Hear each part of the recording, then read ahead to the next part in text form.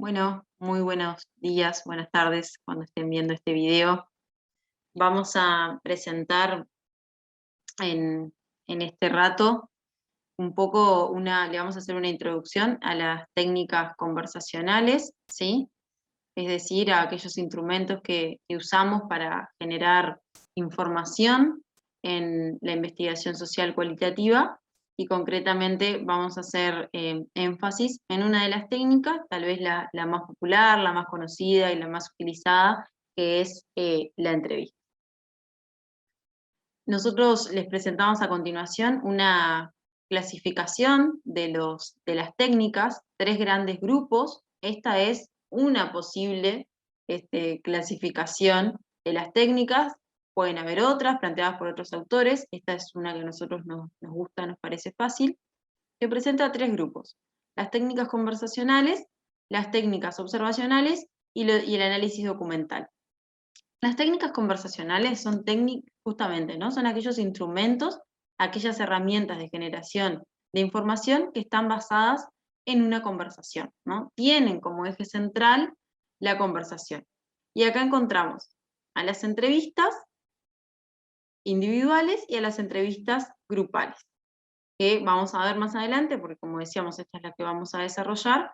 Tenemos diferentes tipos de entrevista en base a cómo se estructura la pauta o en base a cuántos integrantes forman parte de esta interlocución.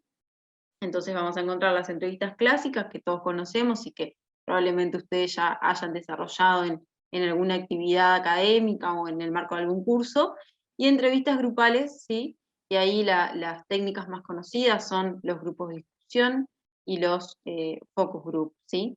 Vamos a ver cuáles son las diferencias también entre estas técnicas, ¿no? Porque no necesariamente uno aplica la técnica que más le guste o que quiera, ¿no? Siempre la técnica que vamos a desarrollar va a depender del objetivo que tenga mi estudio, ¿no? Entonces, las entrevistas las vamos a usar en algunos escenarios y los grupos de discusión o los focus group los vamos a usar en otros. ¿Cuándo? Bueno, generalmente cuando queremos captar representaciones grupales, ¿no? Por ejemplo, mujeres educadas, ¿sí? Mayores, ¿no? Grupos de adolescentes que hayan abandonado el sistema educativo, ¿no? Cuando queremos captar no una representación individual, sino una representación grupal, hacemos o apelamos, hacemos uso de los grupos de discusión o los focus group, ¿sí? La diferencia entre estos es que los grupos de discusión tienen sus inicios más en la vertiente española, ¿sí? Con Jesús Ibáñez como su referente, y los focus group, ¿no? Tienen un anclaje más norteamericano, fueron más usados para estudios de mercado, ¿sí? Y bueno, igual ellos se usan, como decíamos, para captar representaciones grupales.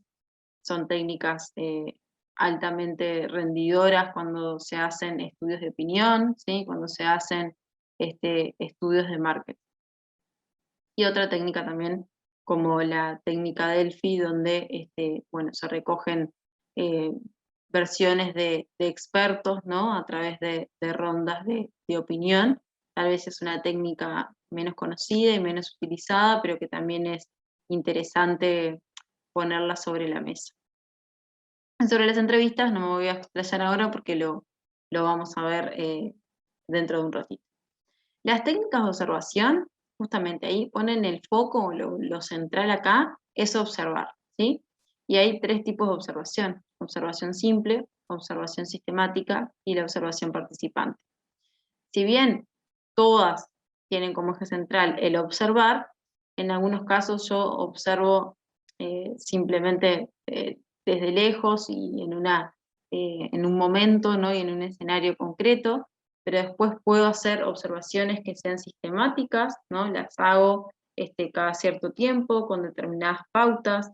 Eh, Ir a observar no quiere decir que voy, ¿no? Y observo, por ejemplo, una actividad grupal, ¿no? Puede ser un grupo de adultos mayores, ¿no? Cómo se desarrollan, qué hacen, qué actividades realizan, pero siempre al final voy a tener alguna pauta que me diga qué es lo que yo quiero observar, ¿no? Un poco igual que cuando tenemos una entrevista, que también vamos a elaborar una pauta o al menos una guía de temas que va a guiar esa conversación. También preparamos lo mismo cuando trabajamos en una observación. Y después tenemos un tipo de observación que es en la que el investigador se implica en mayor medida, que es la observación participante, ¿no? Acá el lugar que tiene el investigador no es un lugar de distancia, ¿no? Un observador que mira como de lejos o de afuera, por decirlo de alguna manera sencilla pero entendible, a esa comunidad o a ese grupo que está observando, ¿no? Sino que se va a meter en ese grupo y va a formar parte, ¿no? Va a observar, pero como si fuera uno más, ¿no?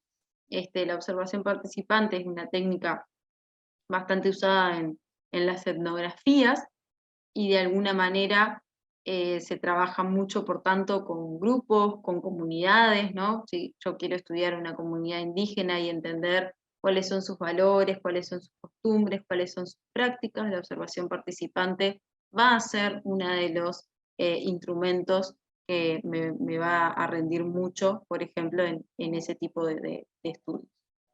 Y después tenemos un tercer grupo que se basa en el análisis de documentos, ¿sí? Entonces, no, la información que voy a generar no va a ser a través de la conversación, no va a ser a través de la observación, sino que va a ser a través de analizar documentos.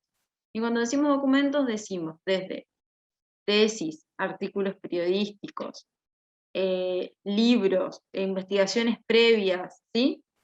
Cualquier tipo de documento que a mí me sirva para generar información, ¿sí? Entonces, generalmente los documentos ya están escritos. Ahí yo voy a generar la información, el contenido, a partir del análisis que hago de estos, ¿sí? Pueden ser análisis de contenido o puede ser análisis de discurso, ¿sí? Hay concepciones del análisis de contenido de Krippendorff que lo tratan como un instrumento que es cuanticualitativo. ¿Por qué? Porque busca cualidades, ¿sí? Por ejemplo, si yo en una nota de prensa quiero ver a qué cualidades se asocia la figura de los jóvenes, ¿sí? Entonces voy a decir que los jóvenes son estudiosos, que los jóvenes son delincuentes, que los jóvenes son irresponsables en el contexto de pandemia, ¿no? Estoy dando ejemplos. Eso es cualitativo, porque me da una cualidad. Ahora, ¿qué intentamos hacer con el análisis de contenido? Es cuantificar, es contar frecuencias. ¿Cuántas veces aparece la figura de los jóvenes asociados a alegría, asociados a iniciativas, ¿no? Asociados a delincuencia, asociados a violencia, ¿no? Entonces voy a cuantificar la frecuencia de aparición, voy a medir la frecuencia de aparición de esas cualidades. Por eso se dice que el análisis de contenido es cuanticualitativo. ¿Ah? Y el análisis de discurso ya es un análisis del texto, pero en un contexto, ¿no? Yo puedo analizar notas de prensa, por ejemplo, ¿no? De el gremio de los trabajadores, ¿no? No sé, por ejemplo, sobre el impuesto COVID, ¿no? Está bien, yo voy a analizar esa nota de prensa, pero la tengo que analizar en un contexto que es, ¿cuál es? En este sentido sería el contexto de pandemia actual que estamos viviendo, ¿no? Las medidas que toma el gobierno, los reclamos que hacen los trabajadores, en fin, ¿no? Ahí hay como una articulación, no miro solo el texto, sino que miro el contexto. Como verán, hay una amplia oferta y posibilidades para generar información, lo cual es un curso en sí mismo. Entonces, nosotros en realidad para hoy lo que queríamos compartir con ustedes es una, ¿sí?, técnica concreta del grupo conversacional, que es la entrevista, y porque, bueno, entendemos esto que decíamos que es una de las técnicas más utilizadas, y que a lo mejor vale la pena trabajar sobre ella. Y acá me pasé, ¿sí? Bien. ¿Cuál es la conceptualización de la entrevista, ¿no? Realizar una entrevista siempre implica un encuentro, ¿no?, entre por lo menos dos sujetos, ¿no? Un encuentro cara a cara con otro, ¿sí? Esta denominación viene, ¿no?, los orígenes latinos de inter y vider, ¿sí? Esto quiere decir entrever, de ahí la relación, ¿no?, y la referencia a este encuentro cara a cara con el otro. Siempre que estamos en una situación de entrevista, lo que queremos hacer es promover y manifestar las subjetividades de los implicados, ¿sí? Acordémonos o recordemos cuál es la intención que tiene la investigación social cualitativa, que es profundizar en la subjetividad, ¿no? Que es captar el sentido de la acción. Bueno, entonces nosotros generamos una situación de entrevista para conocer cuál es esa subjetividad del otro, ¿sí? Y justamente a través de la generación de preguntas vamos a intentar promover esas manifestaciones. Y siempre en toda comunicación, para lograr esa manifestación y para lograr una profundidad en las respuestas, porque acuérdense que nosotros siempre queremos conocer las percepciones profundas, la subjetividad profunda, es necesario siempre tener una relación de confianza importante entre entrevistador y entrevistado, ¿sí? Eso es lo que se conoce como el rapport y que para nosotros forma parte o es un elemento central cuando pensamos en la entrevista, sobre todo porque la entrevista es una situación artificial, ¿no? Es decir, nosotros la creamos, llamamos a alguien para tener esa conversación, ¿no? Pocas veces se da de forma natural. Entonces, este componente de confianza se hace necesario para poder generar la mejor conversación posible. Porque al final, cuando hacemos una entrevista, conversamos para conocer esa subjetividad y necesitamos intentar que esa artificialidad que creamos sea o se sienta como lo más natural posible. Cuando nosotros ahora vamos a introducirnos en el diseño de la entrevista, en cómo seleccionar los casos de los entrevistados, en cómo armar las pautas de entrevista. Hay diferentes tipos de entrevistas, la pauta va a configurar la diferente clasificación que hay de entrevistas, y los tipos de preguntas que hacemos en una entrevista, ¿no? Si bien decimos, bueno, tratemos de generar como la conversación más natural que nos permita tener la mayor cantidad de información posible, tampoco improvisamos, ¿no? Entonces hay algunos pasos que hay que seguir. En relación a la selección de los casos, nosotros tenemos diferentes tipos de muestreo, ¿sí? Y acá les presentamos algunos de ellos, no todos. Tenemos el muestreo bola de nieve, donde nosotros construimos nuestra muestra, quiere decir aquellas personas a las que nosotros vamos a entrevistar, ¿sí? Siempre hay un criterio al momento de elegir, que va a estar determinado por varias cosas. Por qué es lo que yo quiero conocer y por las posibilidades que voy a tener de acceder a esas personas que a mí me parece que tienen la mejor información posible para mi estudio, ¿sí? En función de eso, va a haber diferentes tipos de muestreo a los cuales nosotros vamos a poder apelar. El muestreo bola de nieve tiene que ver con aquella situación o aquel momento donde nosotros construimos la muestra de forma progresiva, ¿no?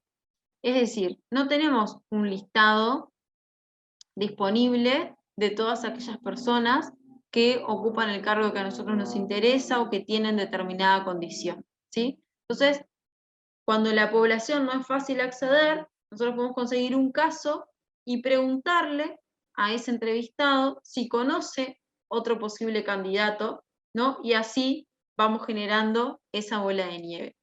Esto pasa, por ejemplo, cuando queremos hacer estudios con temas sensibles. Puede ser, por ejemplo, si queremos desarrollar una investigación sobre mujeres en situación de violencia, ¿no? Basada en género, por ejemplo. No vamos a tener disponible un documento o un listado donde haya posibles entrevistados, ¿no? Entonces ahí vamos a tener que apelar a, bueno, tal vez conocemos un caso, a esa mujer le preguntamos si conoce otra, nos va a guiar a otra entrevistada y así sucesivamente. Esto también puede pasar con, por ahí, mujeres que ejerzan la prostitución, puede pasar con personas portadoras de VIH, ¿no? Todos casos donde no vamos a tener un listado disponible, entonces apelamos a este tipo de muestreo donde vamos construyendo progresivamente la muestra.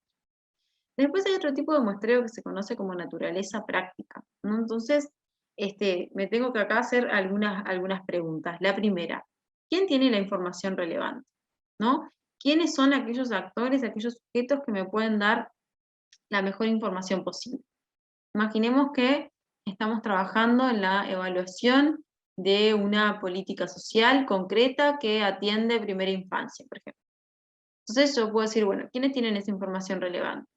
Y bueno, la tienen los técnicos del programa A, ¿no? Lo tiene el director local del Ministerio de Desarrollo de Salud. Lo tiene el Ministro de Desarrollo Social. Todos, entonces voy listando, identificando cuáles son las personas que tienen esa información. Y después avanzo en otras preguntas. ¿Quiénes son más accesibles social y físicamente? ¿No? Y ahí el listado tal vez ya no es el mismo y cambia. Bueno, los técnicos locales de ese programa son personas accesibles, física y socialmente. El director local del ministerio probablemente también, pero capaz que el ministro a nivel nacional no sea alguien a quien yo pueda acceder tan fácil, por su agenda, porque además está ubicado a 500 kilómetros de donde yo estoy realizando mi estudio. Eso también lo tenemos que ver, ¿no? Cuando yo decía, bueno, hay algunos condicionamientos, también los recursos con los que yo cuento para moverme y hacer este campo.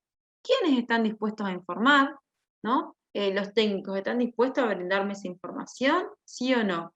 Y después, ¿quiénes son más capaces de comunicar la información con precisión?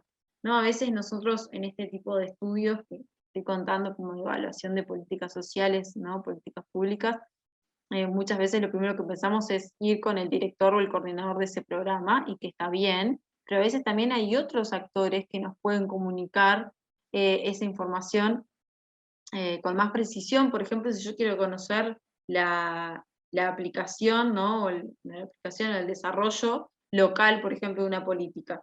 Y bueno, tal vez un técnico local va a tener más conocimiento del territorio en, en la localidad que alguien que a lo mejor está centrado en Montevideo, ¿sí? Entonces, esta es la naturaleza práctica, ¿no? Voy a entrevistar a quienes tengan información, me la quieran brindar, a quienes yo pueda acceder y a quienes la comuniquen mejor. Después tenemos el muestreo intencional teórico, este es uno de los más utilizados, donde nosotros consideramos algunas categorías que son importantes para nuestro estudio y en función de eso armamos los casos. Por ejemplo, si estoy analizando valoraciones sobre la interrupción voluntaria del embarazo, puede ser que haya categorías que son importantes para mi estudio. Por ejemplo, si sos religioso o no sos religioso, ¿sí?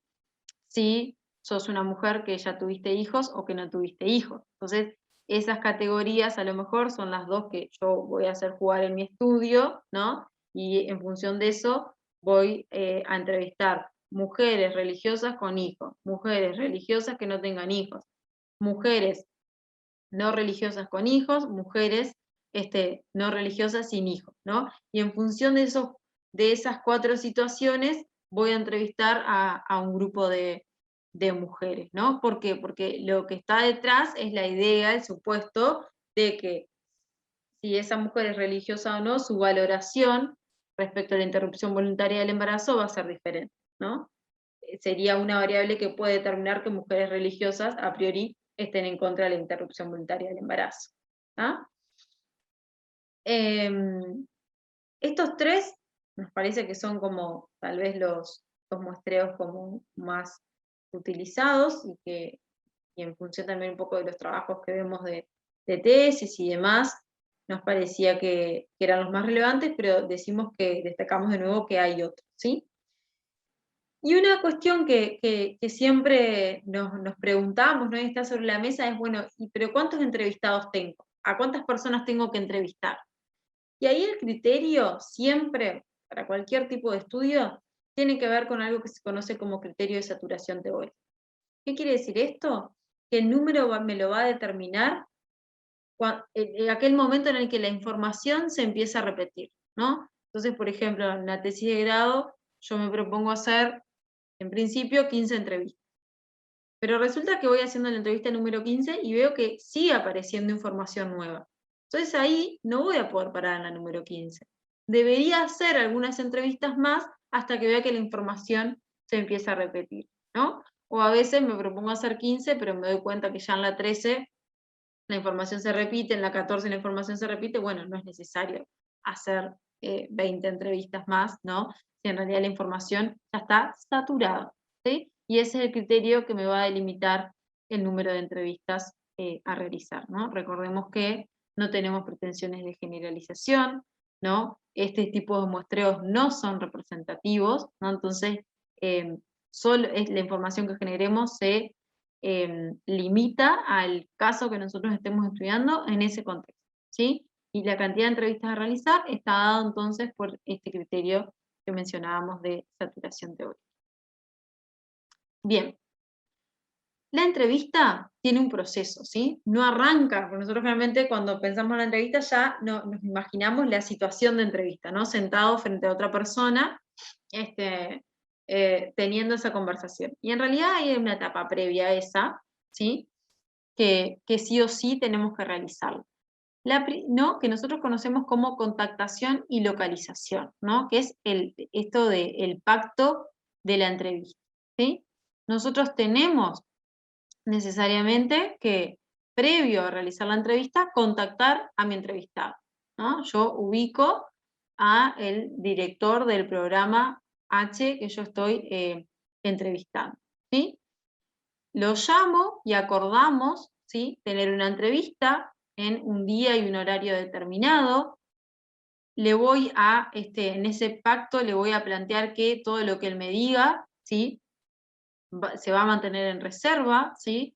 Que va a ser anónima, es decir, cuando yo voy a presentar las citas, ¿no? Lo que justamente emergió de las entrevistas, no voy a poner que lo dijo fulanito de tal, ¿no? Voy a buscar otro tipo de referencia, va a depender de mi estudio, para decir quién lo dijo, ¿no? Pero esto, para decirlo más llanamente, no va con nombre y apellido. ¿Por qué? Porque yo tengo que cuidar, ¿no? El anonimato de mi entrevistado.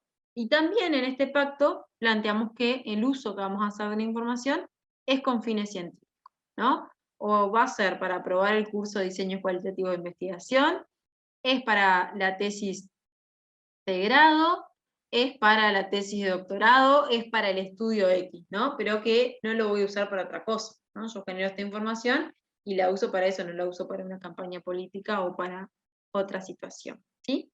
Y también ahí le vamos a plantear cuánto dura la entrevista. Bueno, mire, la entrevista va a durar 1 hora, ¿sí? ¿Por qué? Porque la persona tiene que saber también con qué tiempo tiene que contar, qué disponibilidad tiene también, porque no estaría bueno que a los 40 minutos, a la media hora, la persona nos diga, ay, vos sabés que yo no sabía cuánto duraba esto, la verdad es que me tengo que ir, ¿no? Entonces, justamente este momento del pacto es hacer esos acuerdos que nos garanticen, de alguna manera, tener una conversación tranquila, relajada, donde podamos obtener la mejor información posible. Y antes de ir a ese momento, a esa situación concreta de la conversación, tenemos que hacer otra cosa que es preparar la pauta de entrevista, ¿sí? Y cuando preparamos la pauta de entrevista, no preparamos preguntas en cualquier orden, ¿no? Sino que de alguna forma nosotros las vamos a ordenar. Y ahí les presentamos otra clasificación, que son, hay un primer grupo de preguntas que nosotros planteamos en la pauta de entrevista, que son las preguntas generales, son las de romper el hielo, ¿sí? Pensemos que muchas veces con las personas con las cuales nosotros nos vamos a entrevistar, no nos conocemos, es la primera vez que nos vemos, ¿no? Entonces, esa situación de confianza que yo puedo tener con Viviana, porque la conozco hace muchos años, con algunos entrevistados, con la mayoría, no la tengo, porque no los conozco. Entonces, no voy a iniciar este proceso de conversación, esta situación de conversación, con preguntas sensibles, ¿no? Tengo que entrar de a poco en la conversación. Entonces hay algunas preguntas que se denominan generales que sirven para ir entrando confianza para romper el hielo. Estas preguntas que decíamos recién, que son más sensibles, que son más complejas, las hacemos en una segunda etapa, ¿sí? Cuando hemos logrado el rapport, cuando hemos logrado este vínculo de confianza entre entrevistador, entrevistadora y entrevistado o entrevistada, ¿sí? Y en tercer lugar tenemos las preguntas de cierre. También, después de hacer preguntas sensibles, imaginemos que estamos en una entrevista conversando con un joven que tiene problemas con el consumo de sustancias, por ejemplo, yo no le voy, después de preguntarle, ¿no?, cómo vive ese proceso, tal vez él me cuenta el rechazo de su familia, entonces yo no cierro abruptamente esa conversación, ¿no? Tengo que tener algunas preguntas que me permitan cerrar esa conversación, y de alguna forma no hacer un corte abrupto y también mantener como esta confianza con el entrevistado. Em, Además, tenemos que preparar un espacio que sea de confianza y de protección del entrevistado, ¿no? Tenemos que pensar dónde la vamos a hacer y preparar ese lugar, ¿no? Bueno, lo hago en la universidad, busco un salón, reservo un salón, veo que nadie venga a interrumpirme, ¿sí? Eh, y esto no siempre pasa. Es importante, ¿por qué? Porque para desarrollar una buena conversación, obviamente que hay que buscar un espacio relajado, tranquilo, pero hay que considerar que esto no siempre es posible, ¿no? Muchas veces, entrevistados, por ejemplo, del sector técnico, nos dicen, bueno, si querés venir a mi oficina y hacemos la entrevista acá, y resulta que después cuando vamos, le suena, ¿no?, el teléfono 10 veces, entra la secretaria otras 5, ¿no? Entonces todo el tiempo hay como una interrupción. Entonces, ahí tenemos que como que jugar y ser flexibles entre lo deseable y lo posible, ¿no? A veces, pero bueno, si la persona puede salir de ese espacio, buscar otro dentro de su lugar de trabajo, otro espacio que a lo mejor esté alejado de la puerta, del teléfono, o que pueda avisar, mirá, durante una hora voy a estar en una entrevista, te pido no me pases llamadas, ¿no? Tratar de buscar ese clima que nos permita tener una conversación tranquila, ¿sí? ¿Vivi? Hola, ¿cómo andan? Bueno, retomando algunas cuestiones que planteaba Nati ahí, en referencia bueno, cómo iniciamos la entrevista, pensemos que ya está todo este proceso, de planificación respecto a la contactación de la persona entrevistada, respecto del espacio, del ambiente, del dónde se va a desarrollar esa situación de entrevista, y que ya estamos en situación de entrevista, estamos con la persona o las personas, dependiendo ahí si es una entrevista individual o colectiva. Lo primero que tenemos que hacer es zona de, bueno, ¿cuáles son los objetivos, ¿no? O en el marco de qué se está realizando esa entrevista, que ya lo hacemos al momento de la contactación, ¿sí? Cuando llamamos a esa persona para pedirle la entrevista, presentamos, ¿sí?, que estamos desarrollando un estudio en el marco, por ejemplo, del curso de diseños cualitativos, ¿sí? O estamos desarrollando un estudio y estamos solicitando la entrevista en el marco de determinado proyecto de investigación. ¿Sí? En esta situación de entrevista volvemos a retomar esos elementos a partir de los cuales solicitamos la entrevista. ¿Sí? Es parte de ese pacto y esa presentación. También es parte de esta instancia de inicio de la entrevista recordar la idea de que, bueno, trayendo esto también que ya lo planteábamos, de que los datos que se van a generar, lo que la persona nos diga, se va a emplear con fines científicos, ¿sí? Y ese va a ser el uso que le demos a esa información. También recordar y solicitar la posibilidad de registro. Sí, generalmente, siempre que sea posible, las entrevistas se graban, ¿sí? Se hace grabación de audio en la medida que la persona lo permita. Entonces, ahí es importante poder preguntar, no empezar a grabar sin el consentimiento de la persona, preguntar antes la posibilidad de grabar y siempre estar preparadas o preparados para que surja otra posibilidad. Por ejemplo, bueno, eh, a veces en situaciones muy sensibles o bueno, dependiendo también del clima y la situación de confianza, puede pasar de que no se habilite la grabación y en ese caso tenemos que contar con algún otro instrumento, que puede ser una libreta para tomar notas, y tenemos que estar preparados en ese sentido para poder registrar todo lo que la persona nos diga. Por lo general no hay problemas con la grabación, siempre que se solicite y se haga todo este marco de presentación de, bueno, por qué la grabación, también explicar eso, que tiene que ver con poder mantener la atención en la persona, mirarla a los ojos, seguir la conversación, sí, que demuestra también el respeto por lo que nos dice, nuestro interés, y a veces cuando tenemos que tomar nota, eso no se puede lograr por la necesidad de registrar. Entonces ahí es bien importante el tema de poder grabar eh, y por lo tanto de poder presentar todos estos argumentos a la persona al momento de que se solicita la grabación. Y como digo, por lo general no hay problema con la grabación de audio. Sí, al final de todo, esta grabación se transcribe para poder analizar los datos y lo que emerge de esa entrevista. Eh, de la entrevista. A ver, volví un poquito, Natu. Bien, hay algunos autores señalan algunas tácticas, ¿sí? Que ayudan, bueno, a que esta entrevista fluya, ¿sí? A que podamos desarrollar esta entrevista y lograr esta situación de confianza, esta situación también de comodidad, por decirlo de alguna manera, de la persona entrevistada para que pueda hablar y expresarse y explayarse en lo que le vamos preguntando y que se dé efectivamente una situación de conversación y de ida y vuelta.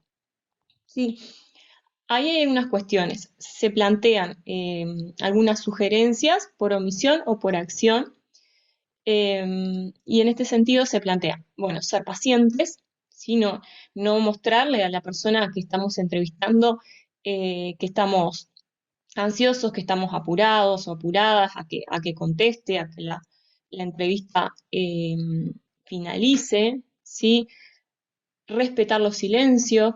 Puede pasar y pasa que en las entrevistas se generen silencios y que, bueno, busquemos inmediatamente pasar otra pregunta o volver a preguntar o generar alguna acción que rompa ese silencio. Pero muchas veces ese silencio responde a que la persona está pensando, le preguntamos algo que nunca se había preguntado y eso implica que bueno, configure una respuesta. A veces le preguntamos cuestiones que hace muchos años vivió y tiene que ir a esos recuerdos. Entonces, no, esa respuesta a veces no se da automática, sino que necesita de un proceso. Respetar esos silencios en ese sentido, en el lugar de entrevistadores que estamos, es importante. ¿Sí? No provocar interrupciones innecesarias cuando la persona está hablando y está profundizando en algunas cuestiones, dejar a la persona hablar y en todo caso cuando termine de exponer eso que nos está diciendo, repreguntar o puntualizar en alguna cuestión que nos quede pendiente. ¿Sí? Y bueno, en la situación de entrevista, la carga de la palabra la debe tener el entrevistado, la persona entrevistada.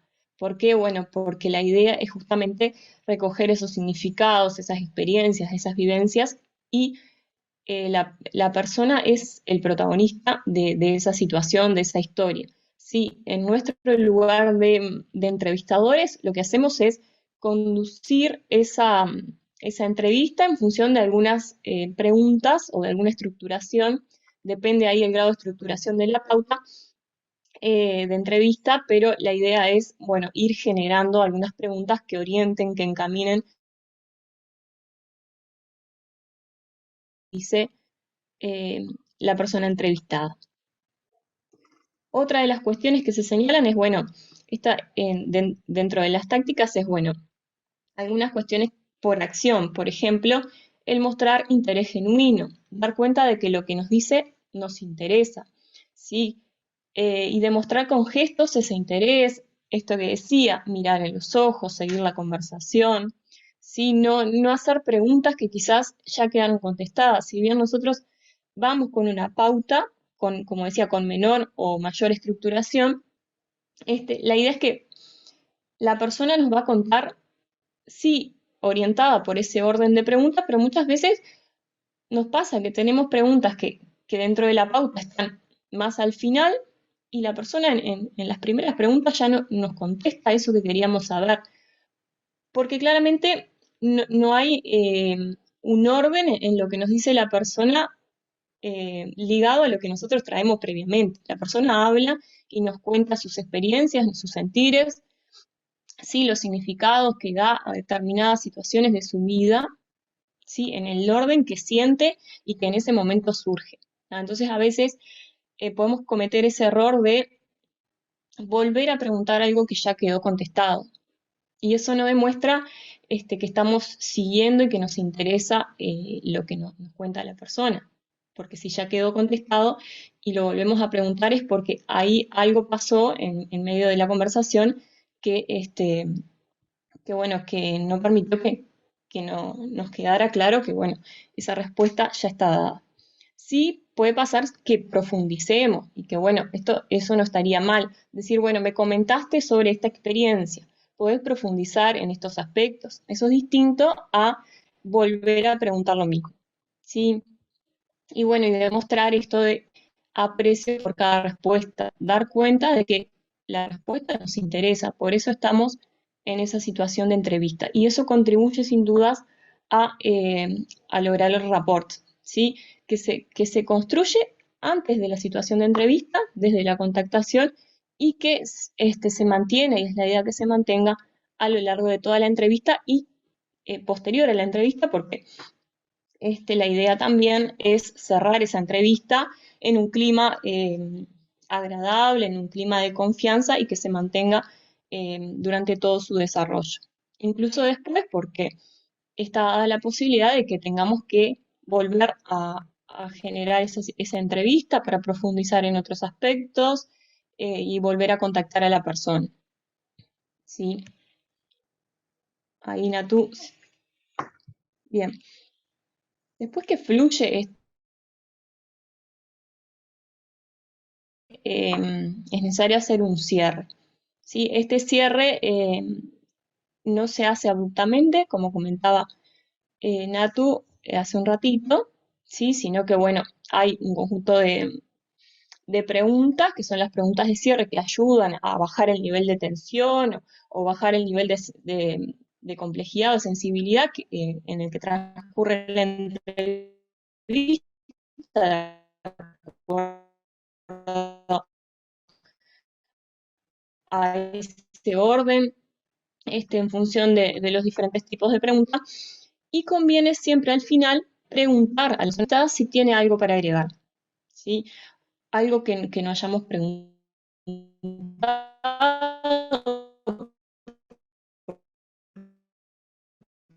que no teníamos previsto, de aportar de experiencia sobre la acción de la entrevista o su justificación, esto que decíamos al principio, que lo expresamos en el pacto de entrevista. Y bueno, siempre agradecer por habernos concedido ese espacio, ese tiempo, y por habernos contado cuestiones que a veces son muy íntimas, a veces son de cuestiones más generales, a veces son cuestiones complejas, y siempre es importante eso, mostrar nuestra gratitud por concedernos ese espacio. ¿Sí? Y siempre esto, y es importante reforzar bueno, explicar nuevamente al final cómo va a ser el uso y el tratamiento de esos datos. Sí, también en este proceso de cierre de entrevista puede pasar que la persona ahí, luego de un rato de conversar, se abra a contarnos otras cuestiones. ¿Sí? En ese caso siempre son bienvenidas, las escuchamos, muchas veces aportan cuestiones significativas que tienen que ver, bueno, con lograr también cuando la persona se siente cómoda y a veces eso lleva un rato de conversación. A veces sucede también cuando apagamos el grabador, cuando dejamos de grabar, ahí la persona se abre a contarnos algunas cuestiones quizás más profundas o más complejas o más sensibles, ¿sí? Entonces es importante también abrir y considerar esta posibilidad que se genera al cierre de la entrevista. Y bueno, después tenemos un proceso que es posterior a esa situación de entrevista, que tiene que ver y se orienta al registro y al análisis. Conviene siempre al cierre de la entrevista no dejar pasar mucho tiempo para, bueno, hacer un resumen de los puntos que consideramos más relevantes y que, bueno, nos generan una primera impresión y una primera aproximación al análisis de esos datos. Sí, agregar cuestiones, impresiones, considerar anotaciones que pudimos hacer en ese estado, que son datos que, bueno, después nos sirven a efectos del análisis. El análisis, si bien tiene una etapa concreta donde, bueno, tenemos todas esas entrevistas generadas, esa información que vamos a analizar, se hace permanentemente, se hace en el momento que estamos haciendo la entrevista. Cuando la persona nos habla, también vamos conectando con cuestiones teóricas, con categorías teóricas que traemos de nuestro estudio, ¿sí? Vamos conectando también con cuestiones que ya nos contaron otros entrevistados, y bueno, vamos haciendo análisis continuamente, ¿sí? Después hay una etapa concreta donde, bueno, nos sentamos a hacer análisis.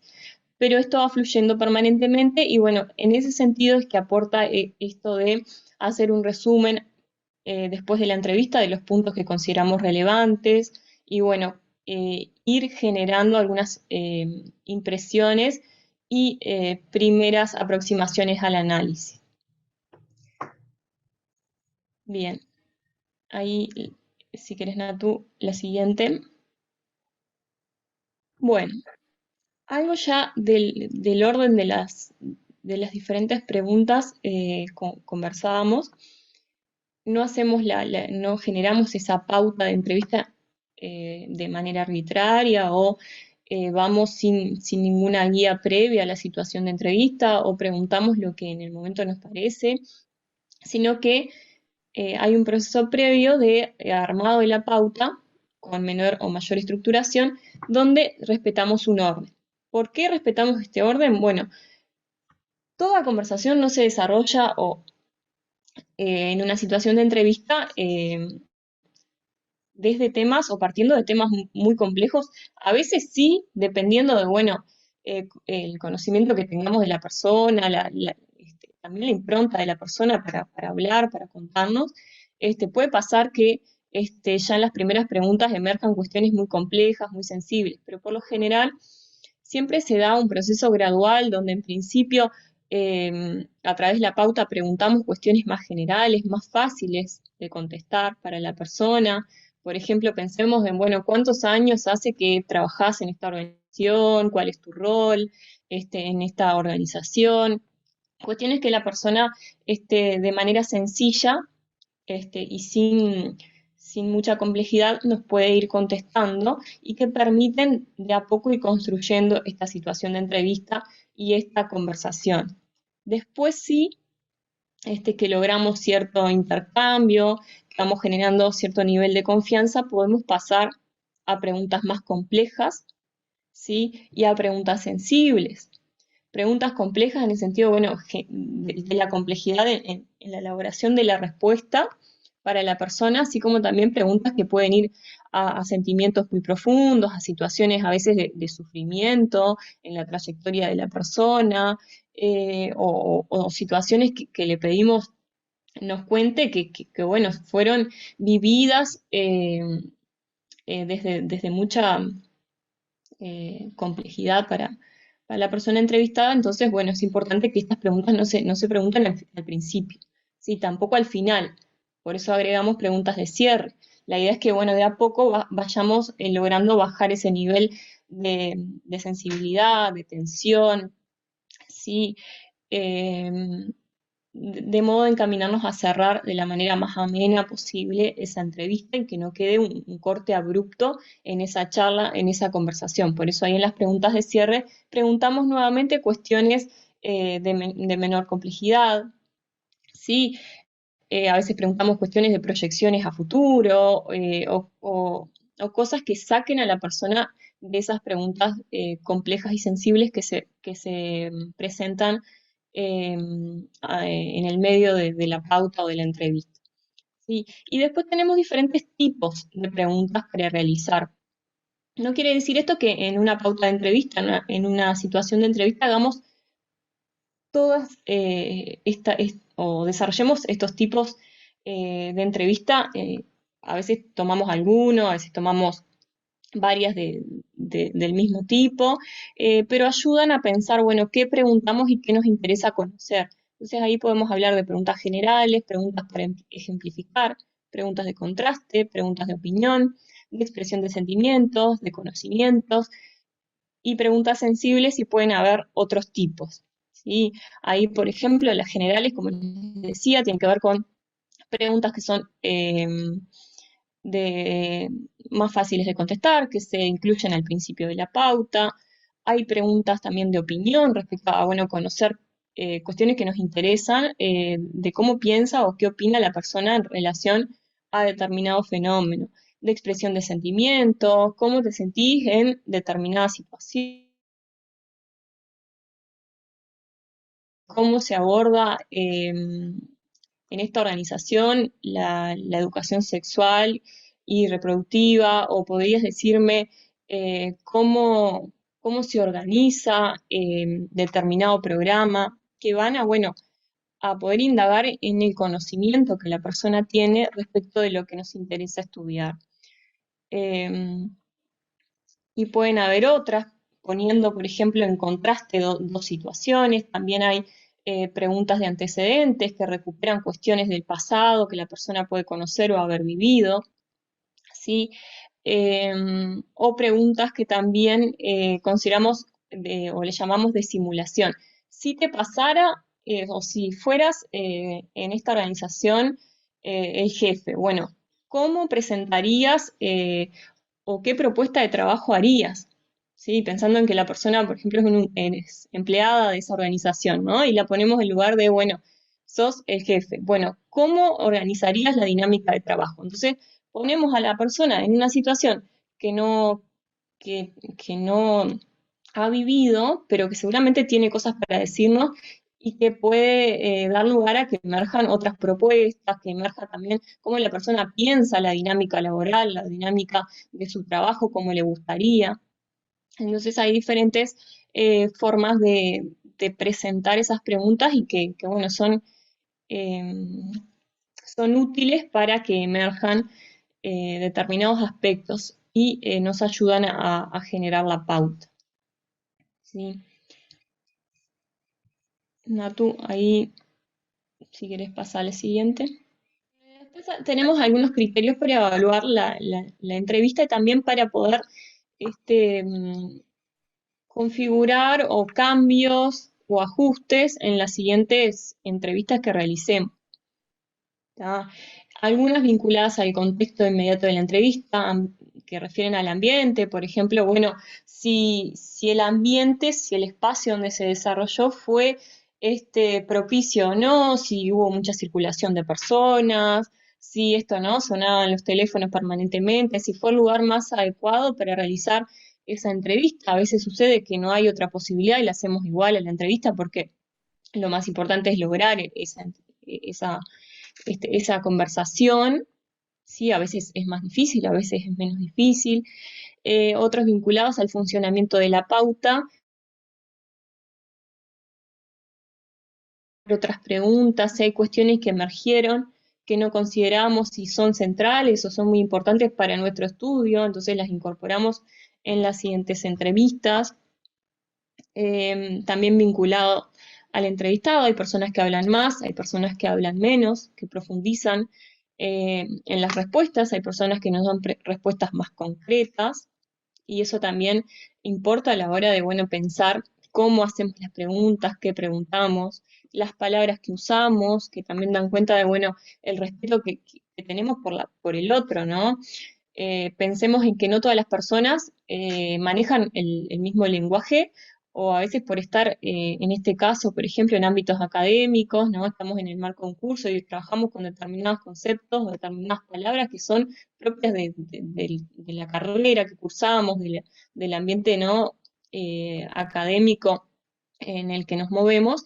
A veces no es la mejor manera de preguntar a las personas, ¿sí? Hay que buscar también formas de preguntar que sean entendibles, que respeten también al otro. Entonces, todo eso es importante.